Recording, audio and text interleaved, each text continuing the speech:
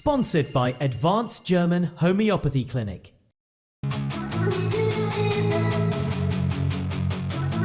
I'm Dr. Manoj Pujar. I am MD Homeopath, Classical Homeopath, Advanced German Homeopathy Clinic, Varicose Ulcer and Diabetic Wound Care Center.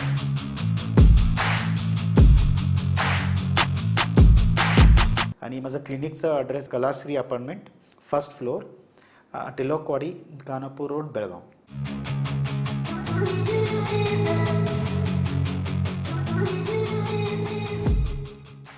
नमस्कार, मी श्वेता अंकले.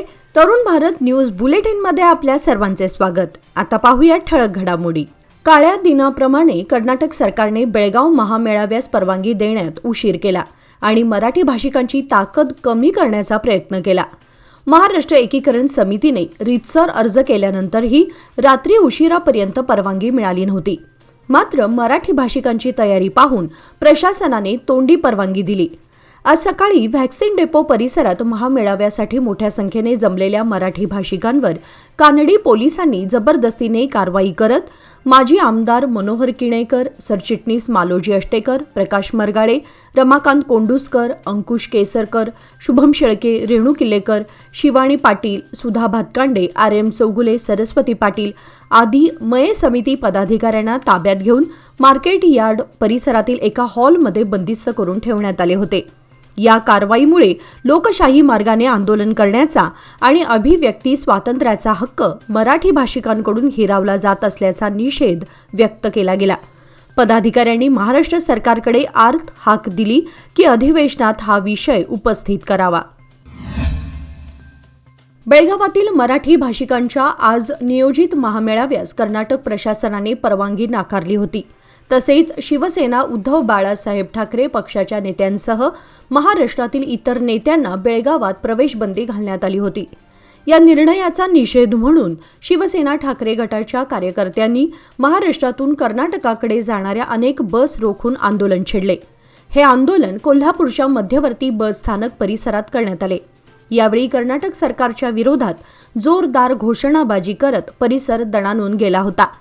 हातात भगवे झेंडे घेऊन ठाकरे गटाचे उपनेते संजय पवार आणि सहसंपर्क प्रमुख विजय देवणे यांच्या नेतृत्वाखाली जवळपास अर्धा तासाहून अधिक काळ बस सेवा ठप्प करण्यात आली. मध्यवर्ती महाराष्ट्र एकीकरण समितीच्या बेळगावातील महामेळाव्याच्या पार्श्वभूमीवर आज 8 डिसेंबर रोजी पहाटेपासून खानापूर परिसरात पोलिसांनी मोठ्या प्रमाणात अटक सत्र राबवले. समितीच्या अनेक नेत्यांना त्यांच्या घरातूनच ताब्यात घेण्यात आले. या कारवाईमुळे मराठी भाषिकांमध्ये तीव्र संताप व्यक्त केला जात आहे. अटक करण्यात आलेल्यांमध्ये समितीचे अध्यक्ष गोपाळ देसाई, कार्याध्यक्ष निरंजन सरदेसाई, सरचिटणीस आबासाहेब दळवी, माजी जिल्हा परिषद सदस्य जयराम देसाई, प्रकाश चव्हाण, गोपाळ पाटील आणि पांडुरंग सावंत यांचा समावेश आहे. सर्वांना खानापूर पोलीस स्थानकात ठेवण्यात आले आहे. या कारवाईसोबतच बेळगावला जोडणाऱ्या सर्व मार्गांवर वाहनांची तपासणी करण्यात आली, ज्यामुळे प्रवाशांना अडथळे आणि गैरसोय सहन करावी लागली. या निर्णयामुळे दंडुकेशाहीवर संताप व्यक्त होत असून कर्नाटक सरकारच्या या कारवाईवर नागरिक व स्थानिक नेत्यांकडून तीव्र प्रतिक्रिया उमटल्या आहेत. लोकशाही मार्गाने आंदोलन करणाऱ्या समितीवर अशा प्रकारे कारवाई करण्यात आल्याने संतप्त प्रतिक्रिया वाढल्या आहेत. हिवाळी अधिवेशनाच्या पहिल्या दिवशी महाराष्ट्र एकीकरण समिती आयोजित महामेळाव्यास बेळगाव पोलीस आयुक्त भूषण बोरसे यांनी स्पष्टपणे नकार दिला. पत्रकारांशी बोलताना आयुक्त बोरसे म्हणाले की कायदा मोडणाऱ्यांवर कडक कारवाई केली जाईल. नियमबाह्य कोणतीही हालचाल सहन केली जाणार नाही. या निर्णयामुळे मराठी भाषिकांमध्ये तीव्र संताप निर्माण झाला आहे. आयुक्तांनी स्पष्ट केले की हिवाळी अधिवेशनाच्या पार्श्वभूमीवर कोणताही कायदा व सुव्यवस्थेचा प्रश्न निर्माण होऊ नये म्हणून हा कठोर निर्णय घेण्यात आला आहे.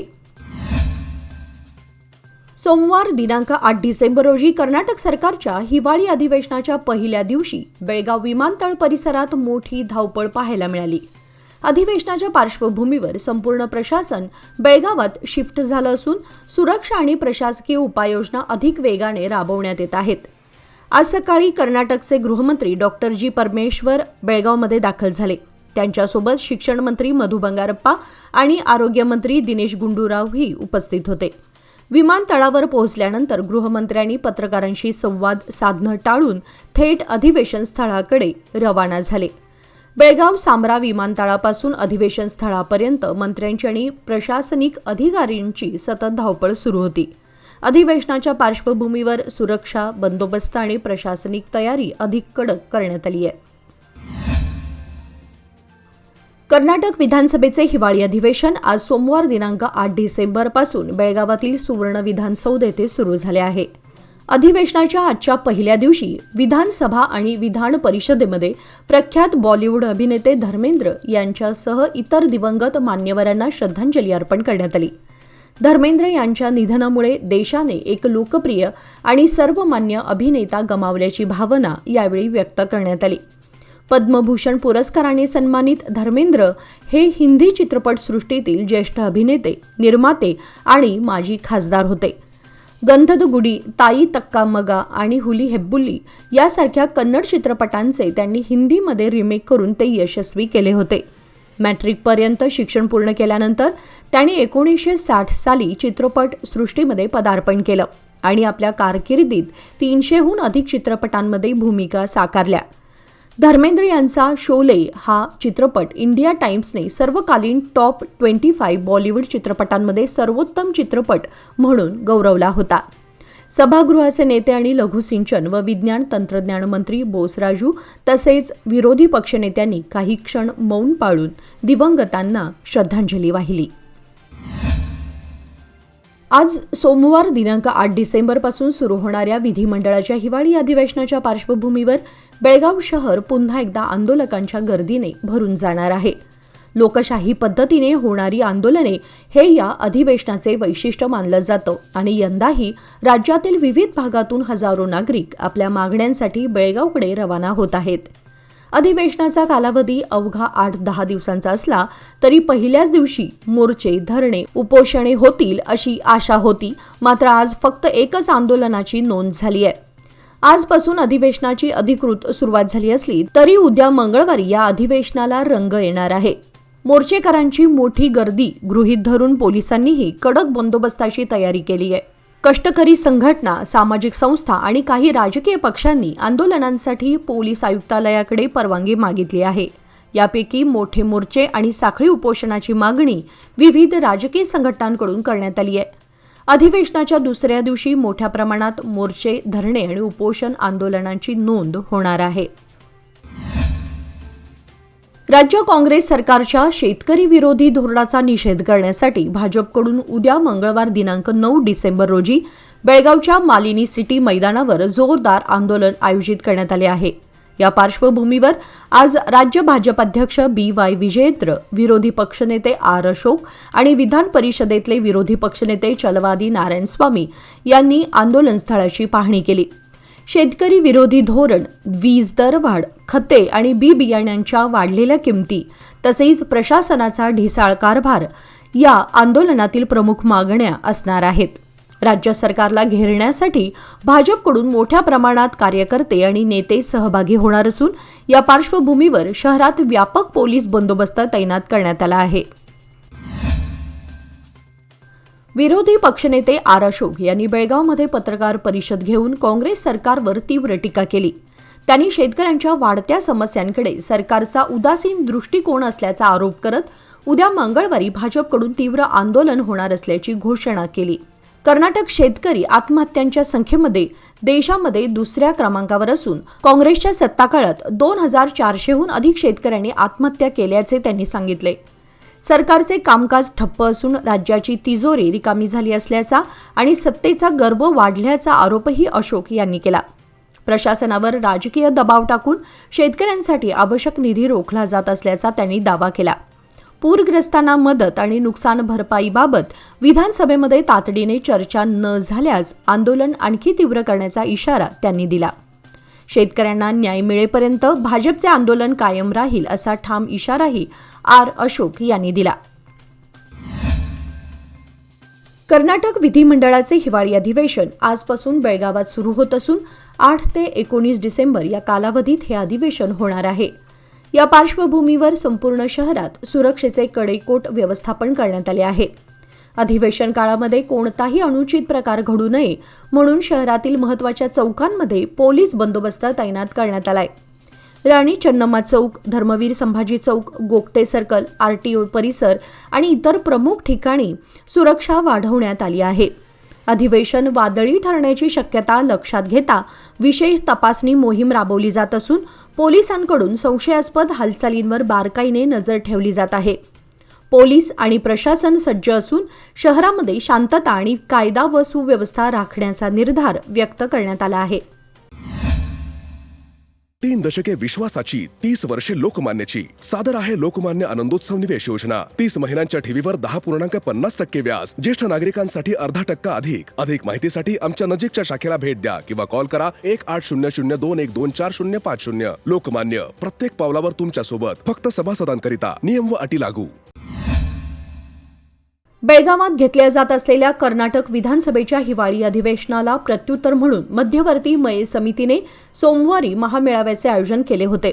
मात्र प्रशासनाने महामेळाव्यावर धास्ती निर्माण केली होती आणि तो होऊ नये यासाठी पूर्वव्यवस्था केली होती. लोकशाही मार्गाने सभास्थळी जाण्याचा प्रयत्न करणाऱ्या मये समितीचे नेते आणि कार्यकर्त्यांची पोलिसांनी धरपकड करून अज्ञातस्थळी नेले. मये समितीने महामेळावा शहरातील 5 पैकी एका ठिकाणी भरवण्याची मागणी केली होती, परंतु पोलीस आयुक्तांनी महामेळाव्यालाच परवानगी नाकारली आणि शहरातील 5 ठिकाणी जमावबंदीचा आदेश दिला. परवानगी नाकारल्या जाण्यामुळे समितीने व्हॅक्सिन डेपो परिसरात महामेळावा भरवण्याचा निर्धार केला होता. प्रशासनाला समितीने सभास्थळी येऊन गनिमी काव्याने हालचाल करेल अशी धास्ती असल्याने पोलिसांनी खबरदारी घेतली. काही नेत्यांच्या घरासमोरच पोलीस तैनात करण्यात आले होते, तर काहींना घराबाहेर पडताच ताब्यात घेतले गेले.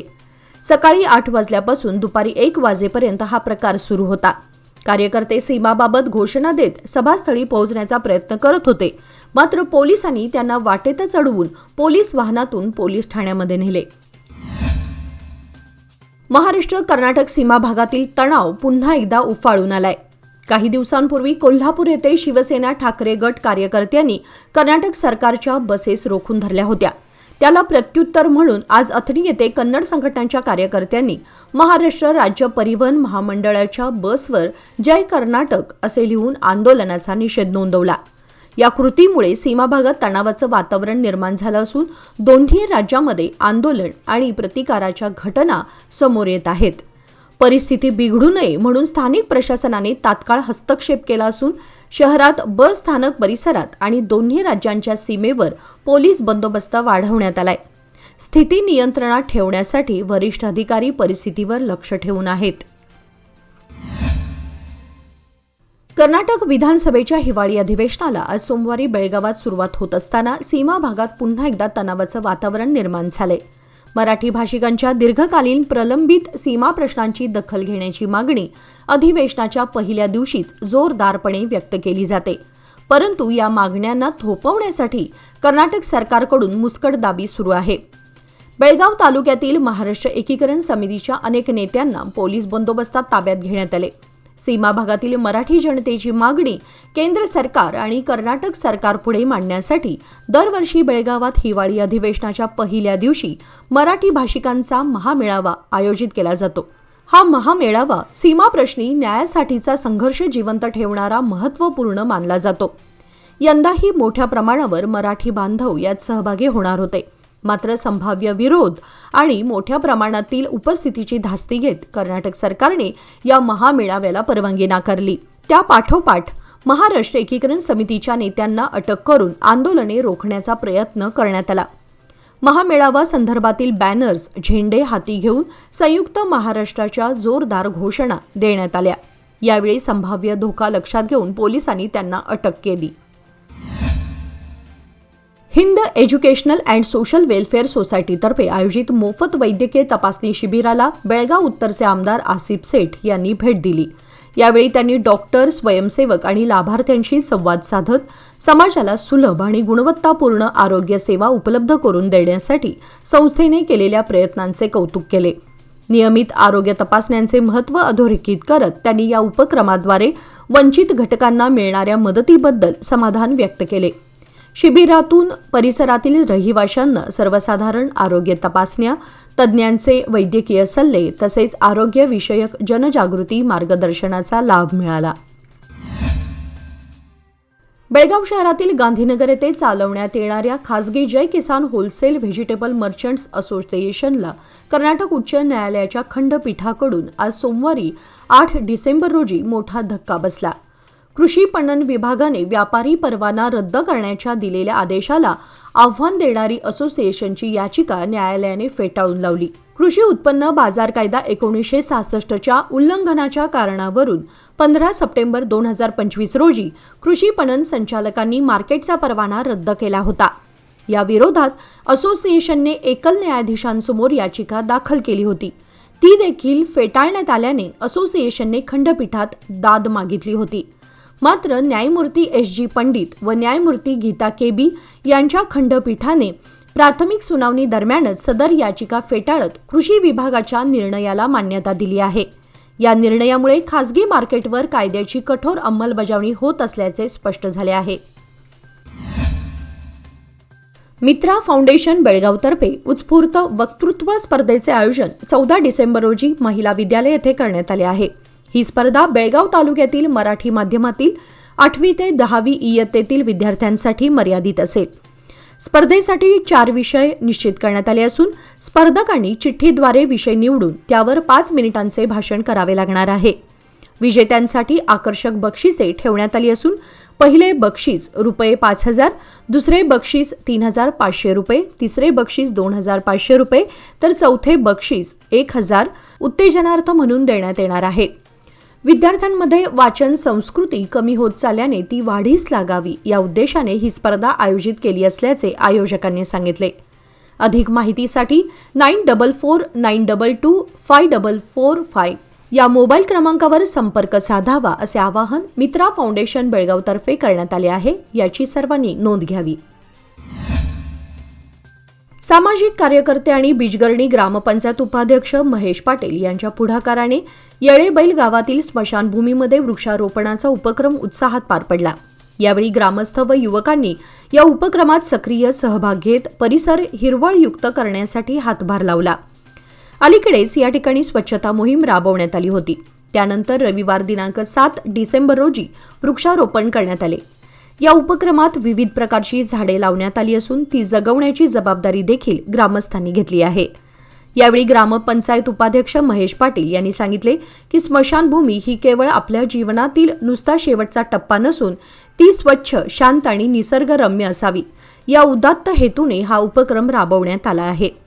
या उपक्रमामुळे ग्रामस्थांमध्ये पर्यावरणपूरक जाणीव निर्माण होत असून स्मशानभूमीचा परिसर अधिक शांतीपूर्ण आणि सुंदर होईल अशी अपेक्षा व्यक्त करण्यात येत आहे. कर्नाटक विधानसभेच्या हिवाळी अधिवेशनाच्या पार्श्वभूमीवर मराठी भाषिकांच्या महामेळाव्याची पोलीस प्रशासनाने गंभीर दखल घेतली होती. महामेळावा होऊ नये यासाठी प्रशासनाने कडक उपाययोजना राबवल्याने टिळकवाडी परिसरातील दुसरे रेल्वे फाटक परिसर संपूर्णपणे पोलीस छावणीमध्ये रूपांतरित झाला होता. महामेळाव्यास परवानगी नाकारल्यामुळे समिती नेते आणि कार्यकर्ते गनिमी काव्याने सभास्थळी पोहोचण्याचा प्रयत्न करू शकतात अशी शक्यता गृहीत धरून पोलिसांनी कडेकोट बंदोबस्त ठेवला होता. सकाळी 6 वाजल्यापासूनच व्हॅक्सिन डेपो परिसरात मोठा पोलीस फौजफाटा तैनात पाहायला मिळाला. पोलीस उपायुक्त नारायण भरबणी स्वतः घटनास्थळी उपस्थित होते आणि परिस्थितीवर नियंत्रण ठेवत होते. या बंदोबस्तामुळे परिसरात तणावपूर्ण वातावरण निर्माण झालं होतं. नागरिकांमध्येही दहशतीचं वातावरण होतं तर वाहतुकीला अडथळा निर्माण झाला होता. पोलीस प्रशासनाने महामेळावा रोखण्यासाठी दडपशाहीचा मार्ग अवलंबल्याचा आरोप महाराष्ट्र एकीकरण समितीच्या कार्यकर्त्यांनी केलाय. मराठी जनतेच्या हक्कासाठी शांततेत होणाऱ्या आंदोलनांना कर्नाटक सरकारकडून विरोध होत असल्याचा आरोपही यावेळी करण्यात आला. अधिवेशनाच्या पहिल्या दिवशी बेळगावमध्ये लोकांना मंदगतीने इंटरनेट आणि फोन कॉलसाठी सिग्नलचा अभाव यामुळे समस्या निर्माण झाल्या. त्यातच विधान परिषदेचे सभापती बसवराज होरट्टी यांनी आज सोमवारी सकाळी अधिवेशन सुरू होण्यापूर्वी पत्रकार परिषद आयोजित केली होती. या पत्रकार परिषदेत सभागृहातील माईक बराच वेळ बंद झालेला होता. त्यामुळे पत्रकार परिषदेला काहीसा विलंब झाला. सकाळपासून शहरात इंटरनेट समस्या आणि मोबाईल कॉल सिग्नल व्यवस्थित काम करत नाहीत असा अनुभव येत आहे. सोमवार सकाळपासून सर्व प्रकारच्या मोबाईल सेवा बंद असल्याने जिल्हा प्रशासनाने शहरात जॅमर बसवले आहेत का असा प्रश्नही उपस्थित झाला, परंतु कोणत्याही अधिकाऱ्याने हे स्पष्ट केलेले नाही. याचबरोबर आजचे बातमीपत्र इथे संपले. अधिक माहिती आणि ताज्या घडामोडींसाठी पाहत रहा तरुण भारत न्यूज चॅनल. तसेच आमच्या चॅनलला लाईक, शेअर आणि सबस्क्राईब करायला विसरू नका. आणि विश्वासार्ह बातम्यांसाठी दररोज वाचा दैनिक तरुण भारत. धन्यवाद.